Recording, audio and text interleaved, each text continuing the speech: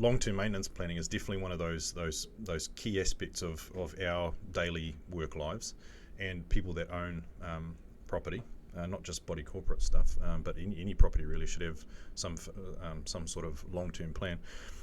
How do you guys define a long-term plan? Like, what do you, like when someone says to you, what's a long-term plan? What's your general answer? Yeah, so long-term maintenance plans. Look, there's the prescribed answer in the legislation and the regulations as to what it's got to have in it, but basically it's got to break down the component parts of the building that are commonly managed or commonly owned, so that the people that are in that development understand each part of their building and development. It sets out describes what that is, it gives a condition to it, and then from there you can go, well, what money should I put aside to maintain the quality? And there's kind of a triangle, if you like, of the quality of the development, the timing and cost of money you put in, and then affordability. And the long-term plan allows you to tension that by putting the jobs you need to do out into time. And in very simplistic terms, a long-term plan allows you to plan to have money, about the right money in about the right place for the things you need to do to maintain the quality of your development, in a very simplistic terms. There's a whole lot of technical nuances in the legislation that we've got to comply with as well, but fundamentally that's what it does. It helps you put away money today so that you've got money tomorrow to paint the building or replace the lift or whatever it is that you want to do to make sure that your building's maintained. Yeah.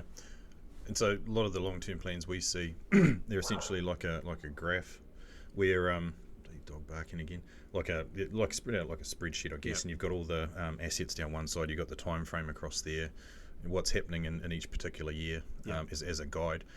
How do you determine the lifespan of a particular asset? Yeah, good question. You buildings, when they come in, when they get constructed, they have a warranty period, and a warranty isn't necessarily the whole life cost or the whole life of an asset.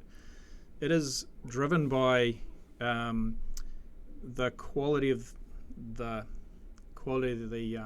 elements you use, the materials you use, the environment they're in. There's so many variables. Is it close to the sea? You're going to have a greater effect around corrosion. What condition it's in, and how long it's been maintained. So there's not one fixed answer, but there's certainly some starting points, Brady. There's certainly some starting points.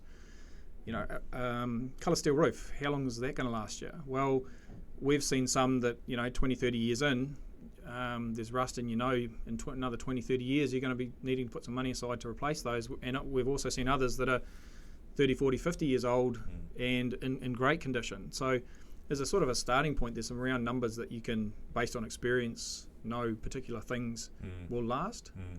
Then it's based on condition and a judgment of its rate of deterioration.